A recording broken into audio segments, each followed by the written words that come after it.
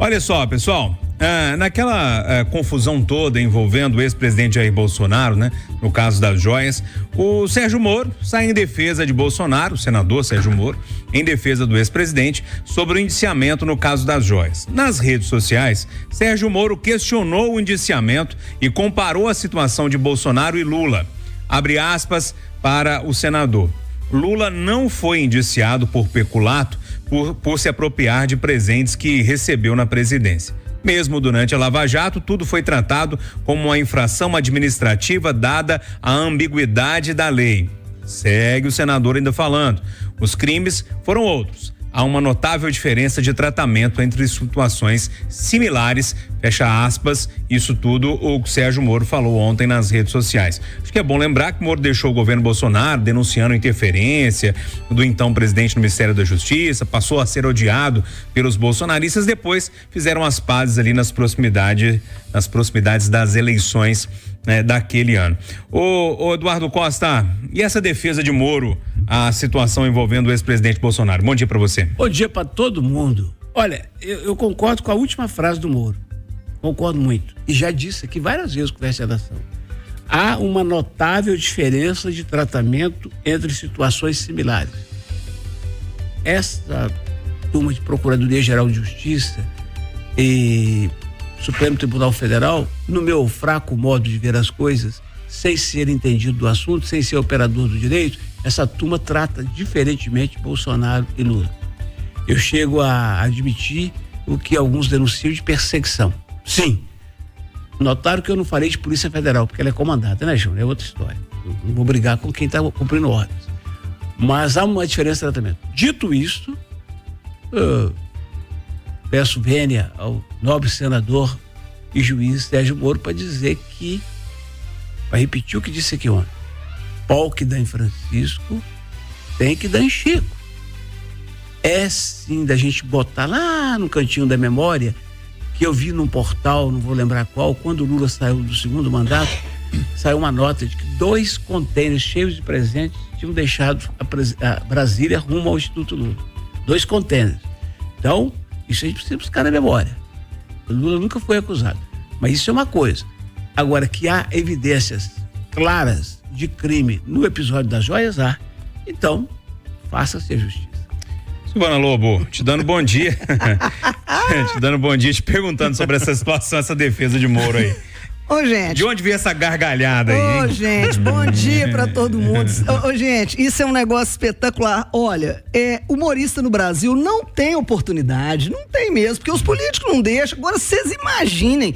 Ô, gente, vocês são os meus colegas aí da área jurídica, vocês imaginem Sérgio Moro, um cidadão que é ex-juiz judiciário, foi para o executivo, ministro da Justiça, e agora se arvora no legislativo como senador, e vem aqui falar para nós que existe uma notável diferença no tratamento em situações similares. Moro, foi você que fez isso. Quem acabou com a Lava Jato foi exatamente esse cidadão chamado Sérgio Moro. Não respeitava nada, fez tudo do jeito que ele quis, criou o Código de Processo Penal Sérgio Moro, né? Quis assinar. Me perdoe, não sobra espaço pros humoristas. Gente, vocês têm que entrar com ação contra esse moço. Exercício legal da profissão. Ele é senador ou humorista? Gente, por uma sexta-feira, isso é uma delícia começar com a notícia dessa. Faça-me rir. Ô, William Travassos, eu gostei da gargalhada da Silvana Lobo para uma sexta-feira em relação a essa fala do Sérgio Moro. Bom dia. Bom dia, Júnior. Bom dia, bancada. Bom dia, os ouvintes da Itatiaia. Mas a gente não pode esquecer que o Moro foi eleito com 1.900.000 votos. Ué, mas é o que mais tem nesse país, é gente boba. É o que mais tem. E burro também, como disse o presidente, né? Mas fato é que ele foi eleito. E a gente tem que respeitar o cargo dele. Hoje, ele é o que é. Pois bem, dito isso, eu concordo com o Moro quando ele fala sobre essa diferença.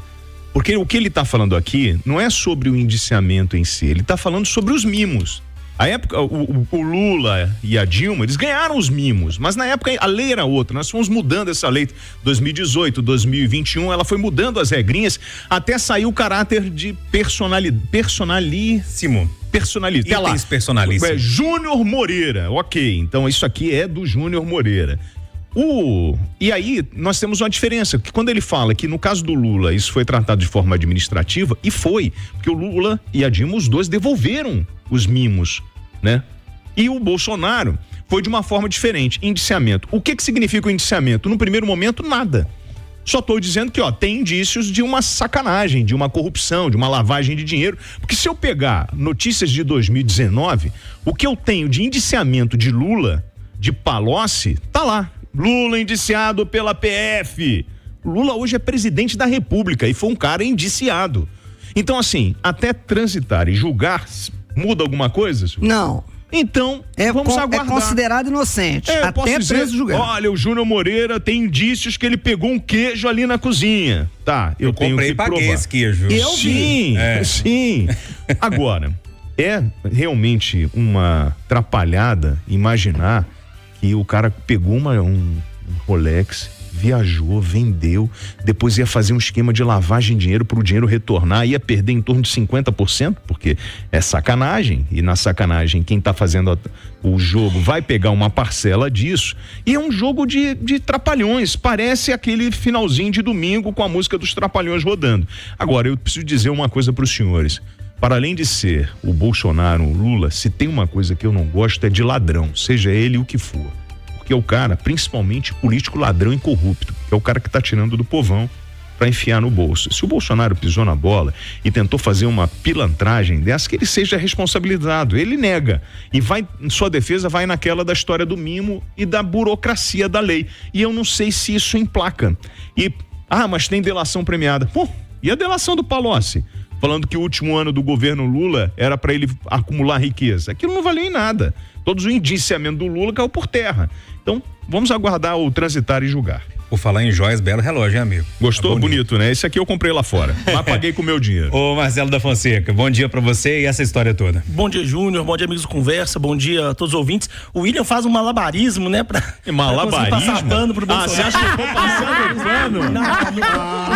Ele falou assim, a Dilma e o Lula devolveram os mimos, né? Mas não foi isso? O Bolsonaro tentou vender os mimos, né?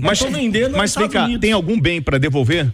Não, ele teve que vender. Não, tem algum bem faltando na lista? Depois que ele foi pego, aí tem algum bem faltando? Não, depois que foi pego. Tá tudo aí. Então, William, a situação é a seguinte, o que a gente tem de concreto nesse caso? Que ainda está sendo investigado, tem que ter todo o ritual, né? Tem que ter tudo. O que a gente tem de concreto nesse caso é que o ex-presidente e um ex-ministro dele tentaram entrar, voltando de viagem na Arábia Saudita, ilegalmente com essas joias, sem declarar. Eles tentaram entrar com essa joia numa mala, isso é filmado, isso foi filmado pela Polícia Federal e pela Receita. Então isso é muito grave, não dá para minimizar isso. É uma burocracia, não é uma burocracia. Um ex-ministro foi filmado tentando entrar com essa joia, não conseguiu, a Receita foi lá e pegou. Um pouquinho antes do ex-presidente Bolsonaro deixar a presidência, um aliado dele foi lá na Receita tentar pressionar e usar a influência da presidência para conseguir liberar essa joia. Então, isso não é uma questão burocrática. Tá tudo filmado. Da mesma forma que a gente critica muito, né, aqueles mimos que as empreiteiras mandavam pro PT, a gente tem que criticar esse tipo de coisa que aconteceu no governo Bolsonaro. Agora o Moro, né, voltando ao tema que a gente falou aqui, que isso não era nem tanto Lula e Bolsonaro, né? O Moro... Ainda bem, falando especificamente do Sérgio Moro, ainda bem que o Moro hoje é político, né? Porque a cada declaração do Moro, a gente vê que ele não tem menor condição de ser juiz. Que uma coisa para ele, ele tem um ponto de vista que é muito suave para um e muito rígido para outro. O Moro, juiz da Lava Jato que a gente conheceu, né, é totalmente diferente desse Moro agora político. E tudo bem como político. Não é a mesma porcaria. Então, só que na política é possível você fazer, né, alguns carinhos para aliados, ser mais ameno. Como juiz, não. Como juiz, teoricamente, você tem que cumprir a regra. Aí quando um procurador vira e fala, né, no caso do presidente Lula, a gente não tem provas, mas a gente tem convicção. E aí o Moro era implacável.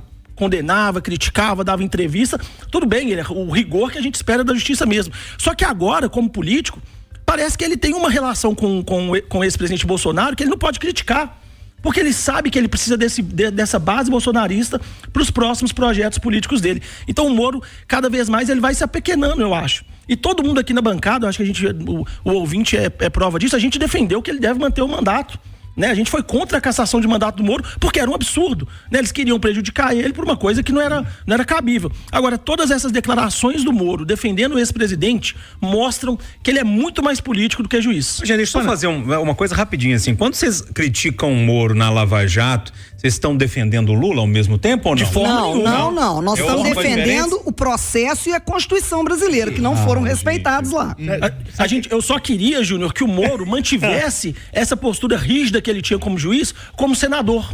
Porque uma das funções do senador é também investigar o executivo, né? Questionar gastos, questionar irregularidades, denunciar irregularidades. E aí parece que o Moro, quando virou político, parece que ele não tem mais aquele rigor que ele tinha quando ele era juiz. Você quer aceitar Júnior, a provocação? Ô, Júnior, nós ganhamos pão aqui, pra falar.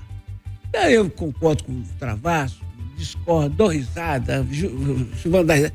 Nós estamos no nosso teatro de ação, nós estamos no nosso palco de ralação.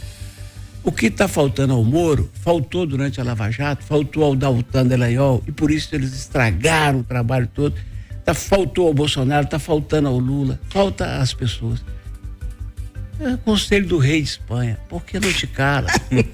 Mas deixa eu falar uma coisa pra vocês. Por que não te cala? Vocês imaginam como foi difícil o trabalho da Lava Jato para enfrentar o que eles consideram a maior quadrilha de corruptos? Não foi difícil, e digo de aplauso. Eu sou fã da Lava Jato. E um trabalho que devolveu 6 bilhões. Eu sou fã da Lava Jato. Como é que Edu, você acompanhou o trabalho de polícia e acompanha há muitos anos. Quando você tem uma organização criminosa no formato daquela, e hoje você olha e fala assim, bom, tudo foi desmantelado por uma questão burocrática. Não é Constituição não é burocracia. Se nós não respeitarmos o que está na Constituição, então nós vamos justificar os fins, justificam os meios. Mas foi uma questão acabar, então vou justificar os fins. Então vamos fazer na tortura, espanca todo mundo, o cara confessa, tá feito. Mas foi por uma questão política, né, Silvano? Eu acho que, indiscutivelmente, depois que o Bolsonaro perdeu a eleição, né, a Lava Jato passou a não ser... Ninguém mais queria defender a Lava Jato. Então, sem dúvida, a questão política influenciou o desdobramento da Lava Jato, sim. Aí nós vamos chegar nesse Supremo político nosso, infelizmente. É isso. A tristeza que eu tenho com o Moro, que é gigantesca, é que ele fez o melhor trabalho da história desse país. E jogou na lata de lixo. Agora, a tristeza que eu tenho com a instituição, e aí eu estou 1000% com o Travasso, aquilo tudo que foi investigado, apurado, não podia ir para a lata de lixo. Pune-se o Moro, tira ele do processo, tira o Dallagnol, pega aquelas provas, entrega no foro certo, que eles disseram que era Brasília, mas não joga na lata de lixo. Jogar na lata de lixo, estão tornando tudo ser igual, Júlio, e que é pior, estão tornando sem efeito, e aí ouça-se, Supremo Tribunal Federal, o dinheiro que foi devolvido espontaneamente por ladrões históricos desse país. E enquanto isso, essa nata do Supremo, 6 dos 11 ministros, do STJ, Superior Tribunal de Justiça, passeia por Lisboa, participando de converscotes com advogados que são lobistas de empresas, de instituições que estão em pelo menos 165 ações do Supremo e do STJ, ou seja, estão tomando uísque com os caras que eles vão julgar amanhã. Então, o seguinte, o Moro é todo atrapalhado? Mas a indecência maior é a do judiciário brasileiro, Dona Silvana Lobo. Não, nós temos esse problema, e você falando isso, Eduardo, a respeito dos advogados, lembrei que quem mais lucrou com toda essa operação, porque nós todos da sociedade perdemos com o que foi feito, tempo, dinheiro, possibilidade de recuperação de dinheiro, legitimidade, honra, foi quem? Cristiano Zanin. E de uma forma absurda, depois de ter sido advogado do Lula, que é solto e é eleito, aceitar o que foi oferecido para ele. Eu me lembro de Sobral Pinto, que falou assim, não, eu não aceito porque eu apoiei a campanha, como é que eu vou me locupletar de uma situação dessa? Mas antigamente, as pessoas tinham honra, O Sobral Pinto, Júlio, houve um momento que eles criaram uma defensoria, tem um nome, benemérito, para dar um salário, porque está passando fome na velhice. Agora, Silvana, ele não aceitou. Os advogados lucraram, e eu bato palma pro bom advogado. Agora, essa história de eu vou pro Supremo, você... Minha esposa ou irmã tem um escritório de advocacia que atua nos casos que eu trabalho. Aí eu fim da vida. Mas essa é a cadeira nova dos cursos de direito, lobby. Bom, vamos fechar isso agora. Só para fechar, a Silvana levantou aqui a Constituição, né? Dizendo que a gente que precisa ser respeitada. Mas ao mesmo tempo, você ataca o Supremo, apontando o Supremo como o grande responsável pelos problemas que nós temos. Eu não entendo. Criticar não é atacar, aí não. foi você que entendeu, A gente né? criticar o Supremo não é atacar. Eu achei que ia terminar o assunto. Entendeu que eu falei isso? Você está colocando palavras na minha boca. Constituição? É o A gente não pode criticar uma instituição. A gente não pode criticar uma instituição. Opa, então fazer vamos lá. crítica não é atacar. Então tudo bem. Ninguém aqui tá defendendo Eu posso- fechar o Supremo, mas fazer crítica. Eu posso contar um bastidor aqui, Júlio? Pode contar, mas pra fechar, tá? Atenção. Agora eu vou fechar. Ouvinte Itatiaia, esse é um bastidor que eu tenho que contar. Já que o nosso âncora sofre mesmo, que ele não para. Nós temos aqui um ótimo, nota 1000, operador de som aqui, de técnica, de áudio, que chama Jonas Peradelis. Ele repete todo dia pra mim quando acaba a conversa e eu ainda ganho pra assistir. Não, e tem um mais cedo ainda, né? Na hora do intervalo do jornal pro Conversa, fala, eu vou buscar um cafezinho ali pra assistir o Conversa.